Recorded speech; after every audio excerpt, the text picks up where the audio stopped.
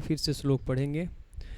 यदा संघर्ते चायम कुर्मांगानिव सर्वसः करते चायम कुर्माग्निव सर्वसः इंद्रियाण्यार्थे अभ्यस्तस्य प्रज्ञा प्रतिष्ठिता। इंद्रियार्थे भतस्य प्रज्ञा प्रतिष्ठिता। ओके, तो अनुवाद यहाँ पे लिख रहे हैं कि जिस प्रकार कछुआ अपने अंगों को संकुचित करके खोल के भीतर कर लेता है, उसी तरह जो मनुष्य अपनी इंद्रियों को इंद्रिय विषयों से खींच लेता है वह पूर्ण चेतना में दृढ़तापूर्वक स्थिर हो जाता है। जगत गुरु श्रील प्रभुपाद की जय। हरे कृष्णा। तो आप सभी भक्तों का स्वागत है। अब यहाँ पर आने वाले 3 श्लोकों में यह चर्चा किया जाएगा कि स्थित प्रज्ञ व्यक्ति कैसे बैठता है। ठीक है, पहला चर्चा क्या था? स्थित प्रज्ञ व्यक्ति बोलता है, पहले उनकी परिभाषा थी कौन है, फिर क्या था? किंग प्रभाषित, वह कैसे बोलता है। अब यहाँ पे क्या बोल रहे हैं? किम आसीत, मतलब वह कैसे बैठता है, कौन से आसन में बैठता है। शीर्षासन, सिंहासन, सोफासन, कुर्सियासन, कौन से आसन में बैठता है। अपनी इंद्रियों को बस करने में ये सब है क्या? मतलब कुर्सियासन, सोफासन मतलब या शीर्षासन किसी नहीं, अपनी इंद्रियों को बस करने, संयम करने की शक्ति को यहाँ पर बैठना कहा जा रहा है। तो उस पर हम लोग चर्चा करते हैं। देखिए बहुत इंटरेस्टिंग है। यदा संघरते, संघरण करना बड़ा इंटरेस्टिंग शब्द है। यह शब्द आया था जब अर्जुन के खिलाफ ये छोड़ा गया था, क्या ब्रह्मास्त्र छोड़ते हैं अश्वत्थामा, तो उसको संभरण करना नहीं आता है, मतलब खींचना पुना नहीं आता है। तो संघरण मतलब होता है खींच लेना। तो यदा संघरते मतलब इंद्रियों को खींच लेता है। इसका अर्थ क्या है? अगर कोई सुंदर रूप आ रहा है तो आंख उधर जाना चाहेगा कि नहीं जाएगा? हाँ, जाएगा। तो उसे क्या कर लेना चाहिए? खींच लेना चाहिए, ध्यान रखना चाहिए। सनातन गोस्वामी 5 पॉइंट बताते हैं। उसमें एक पॉइंट यह आवश्यक है कि नाम जप करने के लिए आवश्यक है कि हम स्त्रियों को भोग दृष्टि से ना देखें। ध्यान दीजिएगा, ये बहुत बड़ा पॉइंट है कि अगर हम नाम रुचि चाहते हैं तो हम स्त्रियों को भोग दृष्टि से ना देखें। ठीक है, नहीं तो फिर गड़बड़ हो जाएगा। ये सनातन गोस्वामी बताते हैं 5 नियमों में से एक कि भाई क्या नहीं देखें? स्त्रियों को हम भोग दृष्टि से ना देखें, नहीं तो फिर गड़बड़ हो जाएगा, फिर हम नहीं कर पाएंगे भक्ति। ध्यान रखना चाहिए, एकदम गड़बड़ हो जाएगा स्थिति।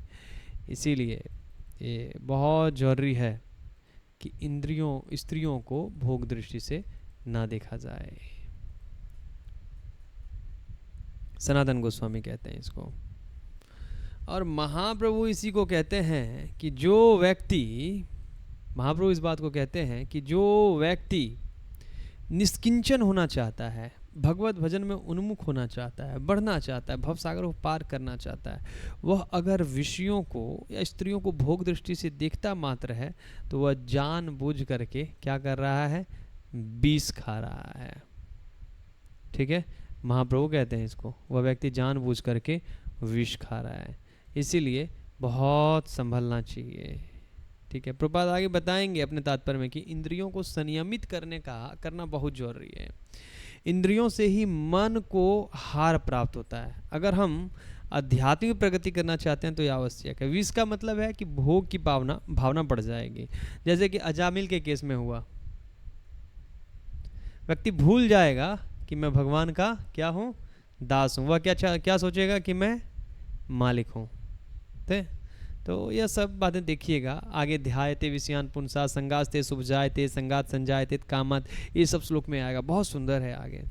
तो कह रहे हैं चायम कुर्म अंगानि व सर्वसह, वह सारी इंद्रियों को समेट लेता है। वह सारी इंद्रियों को, चाहे आँख हो, चाहे नाक हो, चाहे कान हो, सब कुछ समेट लेता है। और इसको भी आगे आएगा कि एक भी इंद्रियां आपको डिस्टर्ब कर सकती है। ध्यान दीजिएगा, एक इंद्रियां इनफ है आपको डिस्टर्ब करने के लिए, पर्याप्त है। जरूरी नहीं है कि आपको अलग अलग इंद्रियां डिस्टर्ब करें, नहीं, एक ही इंद्रियां अगर आपकी गिर गई तो बहुत हद तक संभव है कि आपकी सारी इंद्रियों को वह गिरा देगा। ठीक है, काफ़ी हद तक संभव है। इस पे एक कथा सुनाते हैं, एक भक्त बता रहे थे, जैसे एक व्यक्ति था, तो वह क्या किया कि उसको बहुत गरीब था, तो वह राजा के पास गया। अब राजा के पास 4 अलग अलग दरवाजे थे, है ना। राजा बड़ा दानी था, लेकिन 4 अलग अलग दरवाजे थे और चारों दरवाजे पे बड़ा भोग की वस्तु उपस्थित था। तो जब वह पहले वाले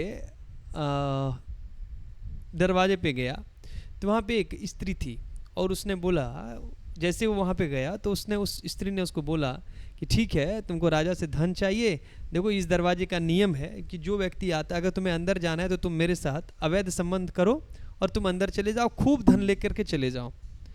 उस ब्राह्मण ने बोला नहीं, ये बहुत बड़ा पाप है, मैं नहीं करूँगा। आगे चला गया।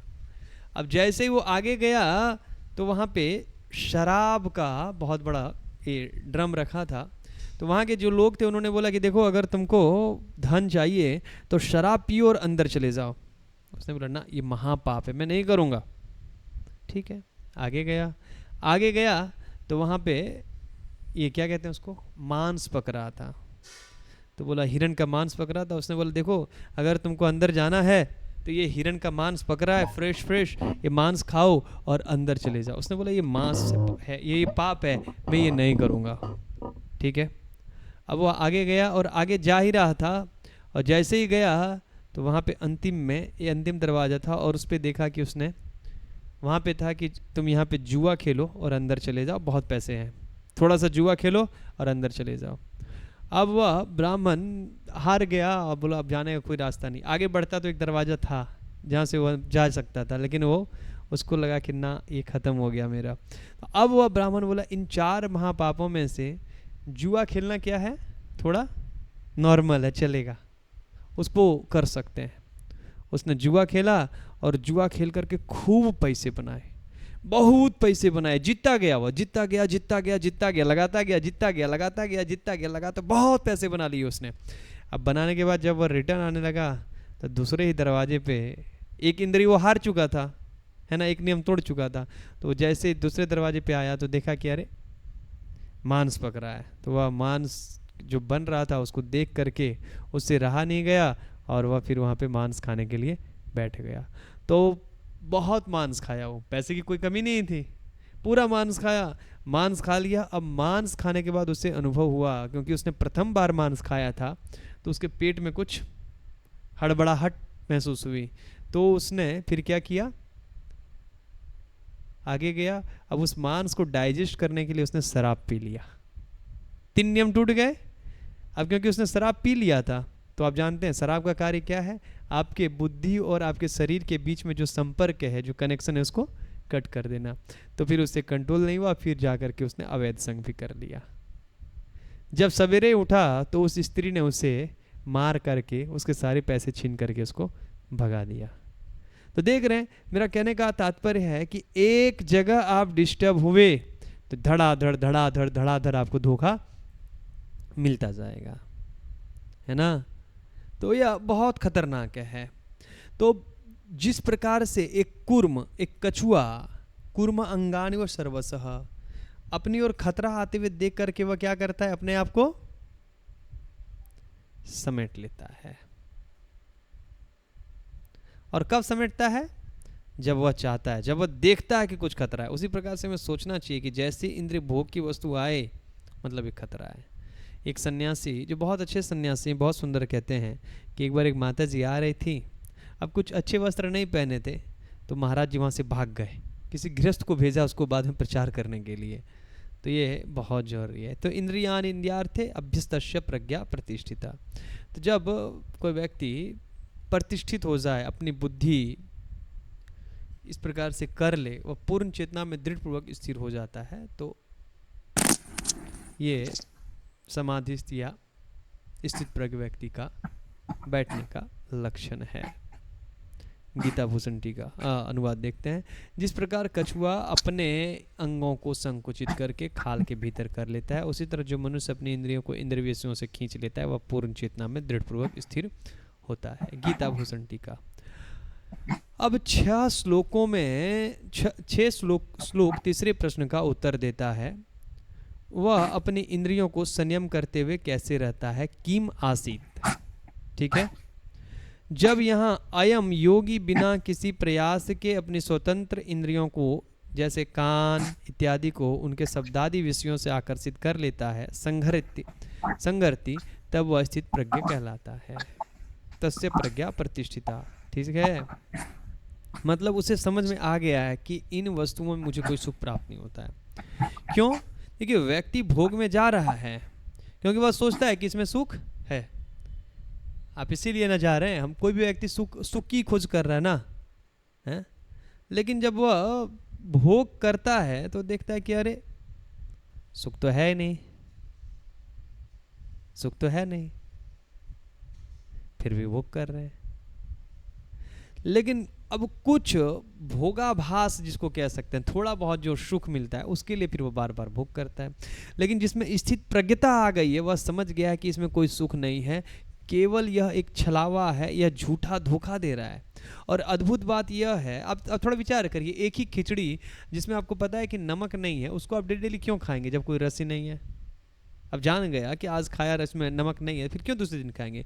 महाप्रभु बहुत कठोर बोल रहे हैं कि विषयों का स्वभाव है कि जिन विषय भोगों को व्यक्ति करता है उसको करने के लिए फिर से भोग उसको प्रेरणा देती है। ध्यायते विषयान पुंसा संगास्ते सुबजायते, है ना। एक बार करेंगे फिर करने का मन करता है, वही कार्य फिर उस व्यक्ति को कर्म बंधन में डाल करके दोबारे जन्म का कारण बनता है।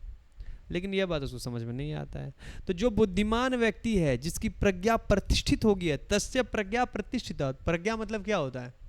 बुद्धि। तो जिसकी प्रज्ञा प्रतिष्ठित हो गई है, बैठ गई है, जान गया है, वह इंद्रियों को संयमित कर लेता है। जैसे हम लोग कई बार चर्चा कर चुके हैं, कैसे हम लोग प्रजल्प के द्वारा प्रजल्प करके दुनिया की बातें करके अपने को हानि करते हैं या नहीं करते हैं?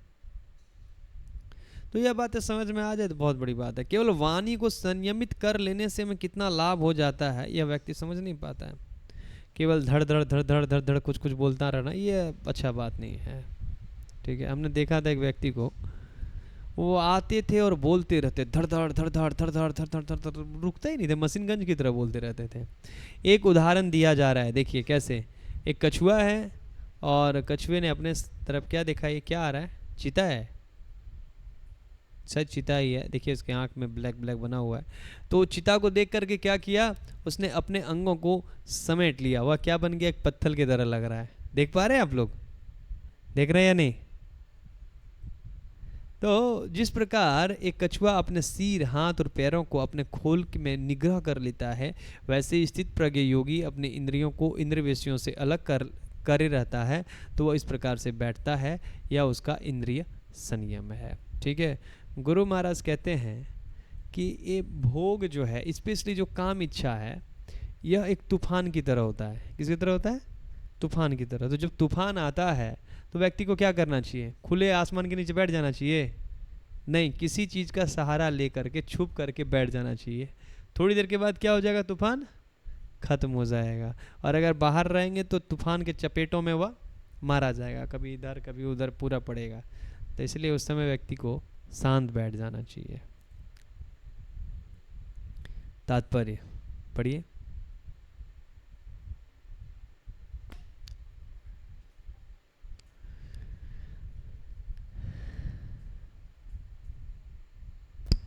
किसी योगी भक्त या आत्मसिद्ध व्यक्ति की कसौटी यह है कि वह अपनी योजना के अनुसार इंद्रियों को वश में कर सके, किंतु अधिकांश व्यक्ति अपने इंद्रियों के दास बने रहते हैं और इंद्रियां के ही कहने पर चलते हैं।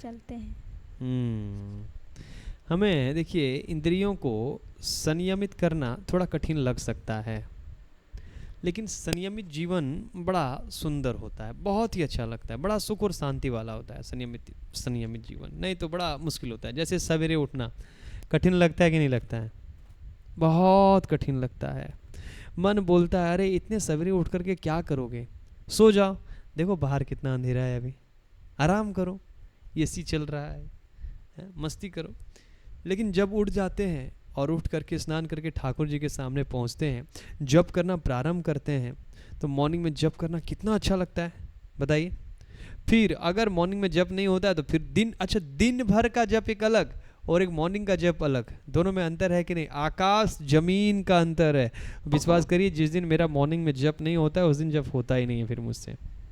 बस किसी तरह से टान खींच करके राउंड्स कंप्लीट कर पाता हूँ, होता ही नहीं है ना।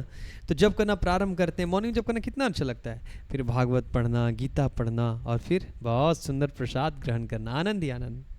ध्यान दीजिए, जप करते समय एक चीज़ ध्यान देना चाहिए कि हमें जब हम जप करें तो कम से कम उस समय बात नहीं करना, जितना संभव हो सके इग्नोर करें और तन्मयता से जप करें। जितना संभव हो सके अपनी पूरी शक्ति लगा करके व्यक्ति को जप करना चाहिए, पूरा एब्जॉर्शन के साथ नाम जप करें तो हमें थोड़ा नाम का सुख प्राप्त होगा। यह देखिए यह भगवान के नाम के प्रति बड़ा अपराध है कि व्यक्ति इतनी देर, कितनी देर, 2 घंटा बैठते नाम जप करने में, उतनी देर भी अपनी इंद्रियों को संयमित नहीं कर सकता है। और तब तक यह नहीं कर सकता है वह संयमित जब तक वह इच्छा नहीं करेगा। तो ऐसा नहीं है कि इंद्रिय संयमित ऑटोमेटिक होता है, नहीं, हमें अपनी इच्छा का उपयोग करना होगा कि हमें इंद्रियों को संयमित करना है। ये है भक्ति का जीवन, ठीक है ना। तो सवेरे उठता है, नाम जप करेगा, स्नान करेगा। और एक है आम आदमी का जीवन, जहाँ उठने का कोई समय है? कोई समय नहीं, कभी नहीं उठेंगे, जब मन करेगा तब उठेंगे। अरे क्या लगा हुआ है, सोते हैं, अभी दिन पूरा बाकी है क्या? एक ऐसा जीवन है कि नहीं?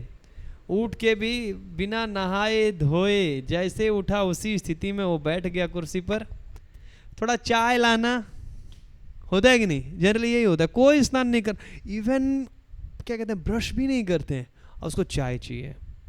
चाय पिएगा और फिर कौवे की तरह काँव काँव काँव काँव काँव काँव न्यूज़ पढ़ेगा, देखो यहाँ पे ये लोग मारा गया, वहाँ ये हो गया, ऐसा हो गया, वैसा हो गया। गुरु महाराज कहते हैं ऐसे लोगों को कौवा कहते हैं, कौवा काँव काँव काँव काँव करते रहते हैं। अब गुरु महाराज के लेक्चर सुनिएगा, प्रहलाद महाराज के, शिक्षाओं महाराज बताते हैं, ऐसे लोग कौवा कहलाता है, भागवत धर्म महाराज को बताते हैं, है ना। और जो हंस लोग हैं वो क्या करते हैं, सवेरे उठ करके नाम जप करते हैं, भागवत पढ़ते हैं, भगवत गीता पढ़ते हैं। लग रहा है अफरोज जी हमारी बातें हो रही है ठीक है। उसके बाद भी क्या, उसके बाद भी उसको कोई ठिकाना नहीं क्या करना है। शर्मा जी आए हैं तो उसके साथ बैठ करके थोड़ा टाइम पास हो जाए, थोड़ा मूंगफली चबा लिया जाए, कोई शेड्यूल नहीं है। लेकिन नियमित जीवन बड़ा अच्छा है। इसलिए हमारा कुछ टारगेट होना चाहिए कि इतना माला करेंगे, इतना पढ़ेंगे, इतना सुनेंगे। और महाराज जी कहते हैं जब हम संयमित जीवन जीते हैं ना तो सत्व गुण की वृद्धि होती है और फिर हमारा जब बड़ा मीठा होगा, ध्यान रखिएगा। तो जितना हो सके अधिक से अधिक हम लोगों को क्या करना चाहिए, नियमित जीवन जीने के लिए प्रयास करना चाहिए, ठीक है। और भक्तों के संग में बड़ा आसानी हो जाता है। लेकिन आजकल के कुछ भक्त लोग इसको और अनियमित कर देते हैं, तो ये बड़ा दुख का विषय है, ठीक है।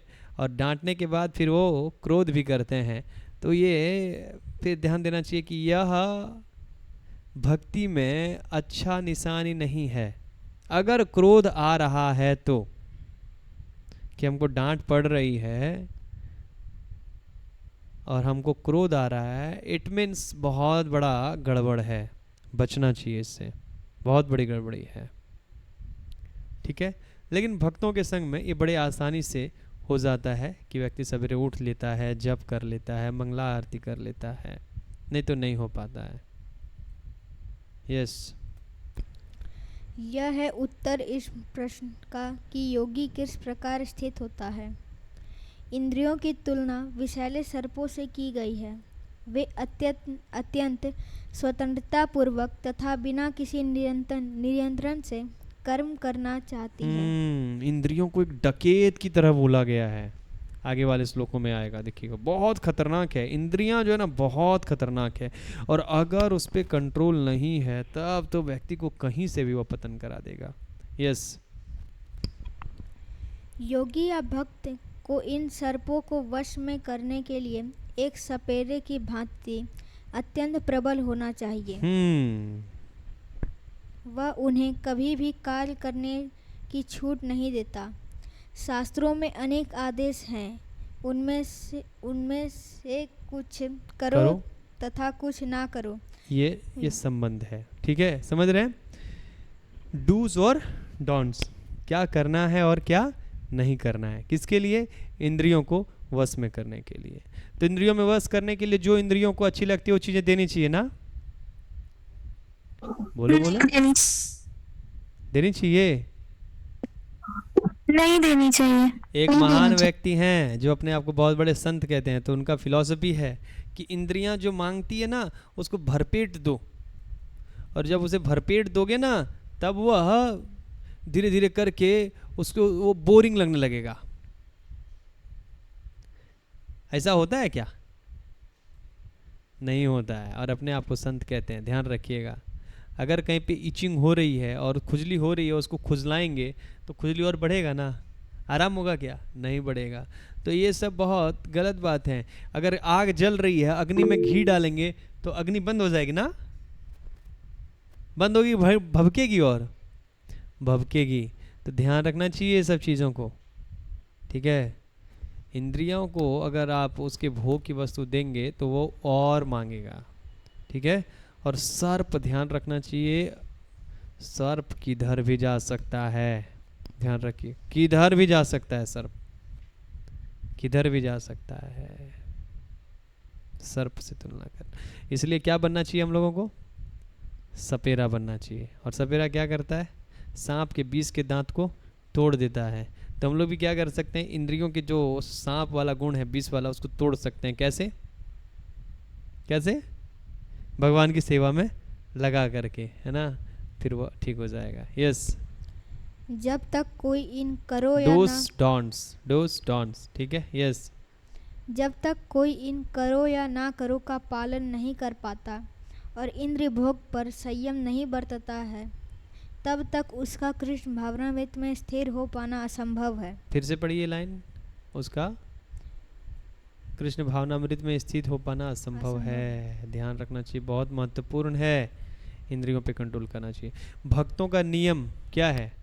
यहाँ पे क्या कह रहे हैं? करो और ना करो, करो या ना करो, दो चीज बता रहे हैं। तो करना क्या है हम लोगों को? भक्तों को क्या करना है? बोलो बोलो। भगवान की सेवा। ओके, 16 माला जप करना है और भगवत गीता पढ़ना है, भागवतम पढ़ना है, भक्तों का संग करना है। ये हो गया यम। क्या हो गया? यम, जो करना है। और नियम क्या हो गया? ये डूज में आ गया। क्या क्या डूज में क्या आ गया? 16 माला जप करना, सवेरे उठना, मंगला आरती जाना, भगवत गीता पढ़ना, भागवतम पढ़ना, भक्तों के संग में रहना, भगवान को प्रणाम करना, भगवान का प्रसाद खाना। और नहीं करने में क्या क्या आ गया? 4 नियम का दृढ़ता से पालन करना। प्रभुपाद जी चैतन्य महाप्रभु के प्रसंग में इस प्रकार से समझाते हैं कि जब हम नियम पालन करते हैं ना तो हमारा भगवान के प्रति प्रेम बढ़ता है। भगवान को नियम बड़े पसंद हैं, ध्यान रखिएगा।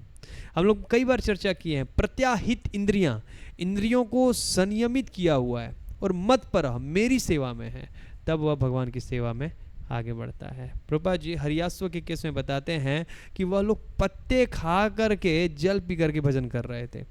तो यह सिद्धांत होता है कि नाम जप के संग कुछ तपस्या होनी चाहिए। अब हम पत्ते खा करके तो नहीं रह सकते हैं, रख सकते हैं? नहीं। आज का सबसे बड़ा तपस्या क्या है? 4 नियम का पालन करना चाहिए और कुछ नहीं।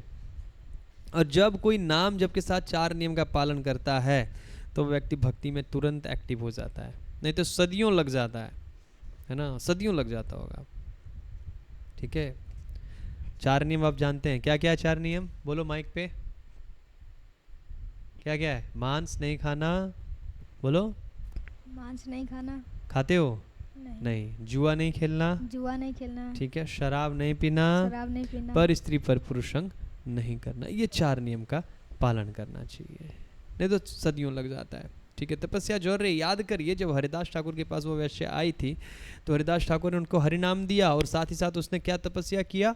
नाम जब से कंट्रोल हो ही रहा था और साथ ही साथ क्या किया? उसने सूखा हुआ बैर खा करके अपना जीवन यापन किया और भगवान की कृपा से तुरंत उसको हरिनाम का सुख प्राप्त हो गया। ठीक है, तो जब हम इन नियमों का दृढ़ता से पालन करेंगे तो हमारे हृदय में गंदगी साफ हो जाएगी और तुरंत यह कार्य करता है। बड़े उत्साह के संग जो भक्त इस प्रकार से निष्ठा कर रहे हैं उनके संग में रहते हुए हमें भजन करना चाहिए। यस, आगे पढ़ो। यहाँ पर सर्वश्रेष्ठ उदाहरण कछुए का है। वह किसी भी समय अपने अंग समेट सकता है और पुनः विशिष्ट उद्देश्यों से उन्हें प्रकट कर सकता है। बहुत सुंदर है। भगवान की कथा है, भगवान की सेवा है, तुरंत उद्यत हो जाओ। लेकिन भगवान से इतर कुछ कार्य है जो भगवान को प्रसन्न नहीं करता, तो उसमें ठीक है, उसको कल करेंगे। समझ रहे? भगवान की भक्ति के लिए कुछ कार्य है तो उसको तुरंत कर लेंगे, और इंद्रिय भोग के कोई कार्य है तो उसको बाद में कर लेंगे। गिरिराज महाराज बड़ा अच्छा बोले कि कोई भक्त या कोई भी व्यक्ति आकर के वैष्णवों की निंदा करे तो पहले कैसे शुरू करता है बोलने के लिए? जानते हो उसने क्या किया? पूछना चाहिए, क्या मुझे जानना जरूरी है? तो सोचेगा नहीं जानना जरूरी, तो फिर अब बच जाएंगे। और जनरली यह सब कुछ जानना हमारे लिए जनरली भी नहीं होता है। कुछ लोग होते हैं मक्खियों की तरह मल उठा लेंगे और कभी इधर कभी उधर वो डालते रहते हैं, तो इससे बचना चाहिए। यस। इसी प्रकार कृष्ण भावना भावित व्यक्तियों की इंद्रियां भी केवल भगवान की विशिष्ट सेवाओं के लिए काम आती है, अन्यथा उनका संकोच कर लिया जाता है, मतलब उसको संभरण कर लेना चाहिए। यस। अर्जुन को उपदेश दिया जा रहा है कि वह अपनी इंद्रियों को आत्म तुष्टि में ना करके भगवान की सेवा में लगाए। गुड। अपनी इंद्रियां को सदैव भगवान की सेवा में लगाए रखना कुर्म द्वारा प्रतुष्ट दृष्टांत के अनुरूप है जो अपनी इंद्रियों को समेटे रखता है। ठीक है, तो कुर्म द्वारा प्रस्तुत दृष्टांत के अनुरूप है जो अपनी इंद्रियों को समेटे रखता है। तो बड़ा स्पष्ट है कि अपनी इंद्रियों को भगवान की सेवा में लगाने के लिए उत्साहित रहिए और इंद्रियों को संयमित रखने के लिए उत्साहित रहिए। अगर वह भोग में जाना चाहे तो उसके लिए अनुत्साहित रहिए, उसको टालते रहिए। ठीक है। हरे कृष्णा। श्रीमद् भगवद गीता यथारूप की जय। जगत गुरु श्रील प्रभुपाद की जय। निताय गौर प्रेमानंद। कोई प्रश्न है क्या? पहले कमेंट बॉक्स देखता हूँ। शर्मा जी आते भी हैं, सुबह सुबह आते ही हैं। हरे कृष्ण प्रभु जी, आपका वीडियो नहीं शो हो रहा है क्या? नहीं हो रहा है शो क्या? कुछ लोग कहते हैं प्रभु जी कि इंद्रिय की सुन लो, नहीं तो अपने अंत समय में बहुत पछताओगे, हमको ये करना चाहिए था। ठीक है, ओके ओके। और कोई प्रश्न? Any other questions? Hand raise कर सकते हैं। Know questions? यस, बोलिए प्रभु। अविनाश प्रभु बोलिए। हरे कृष्ण प्रभु जी। या बोलिए प्रभु। आपने एक बात कही थी काम इच्छा के बारे में। अगर जो है एक भक्त है वो अपनी इंद्रियों को जो है ना कंट्रोल करना चाहता है, पर उसकी जो स्पाउस है, मतलब जो वाइफ है, उसको काम इच्छा बहुत ज्यादा है, तो इस सिचुएशन में उसको क्या करना चाहिए? ये अच्छा प्रश्न है। Hare Krishna. Very nice question. ध्यान देना चाहिए कि उनको समझाना चाहिए कि भाई देखो, हमारा जीवन भगवान की सेवा के लिए है, ठीक है, और फिर संग उतना ही करना चाहिए जब तक संतान प्राप्ति हो, ठीक है, उसके बाद ऐसे त्याग देना चाहिए। और अगर फिर भी ना हो तो नियमित तरीके से उसको करना चाहिए। ठीक है प्रभु जी, नियमित तरीका मतलब? नियमित तरीका मतलब जैसे कि अब ये तो देखिए, ये नहीं कहा जाता है कि इस प्रकार से करिए, लेकिन कहीं पे इंस्ट्रक्शन दिया जाता है। फिर जैसे कि अब तुरंत कंट्रोल करना मुश्किल है, तो फिर महीने में, साल में, इस प्रकार से उसको कंट्रोल किया जा सकता है धीरे धीरे करके।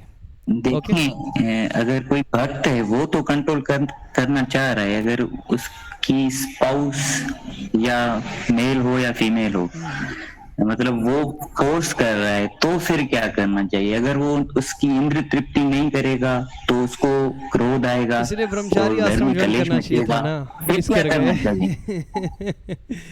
ठीक है, समझाने का प्रयास करना चाहिए, जितना अधिक से अधिक आप उसको समझा सकते हैं। भगवान के भक्तों के संग में रखना चाहिए जिससे उनकी मति चेंज हो जाए। भगवान का प्रसाद देना चाहिए, हरे कृष्ण महामंत्र का उच्चारण करना चाहिए।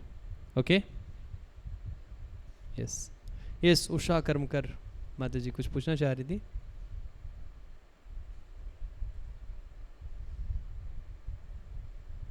और किसी का कोई प्रश्न है? No questions. Okay, so should we stop here? Okay, ठीक है। श्रीमद् भगवद गीता यथारूप की, जगत गुरु श्रील प्रभुपाद की, निताई गौर प्रेमानंदे, हरि हरि बोल।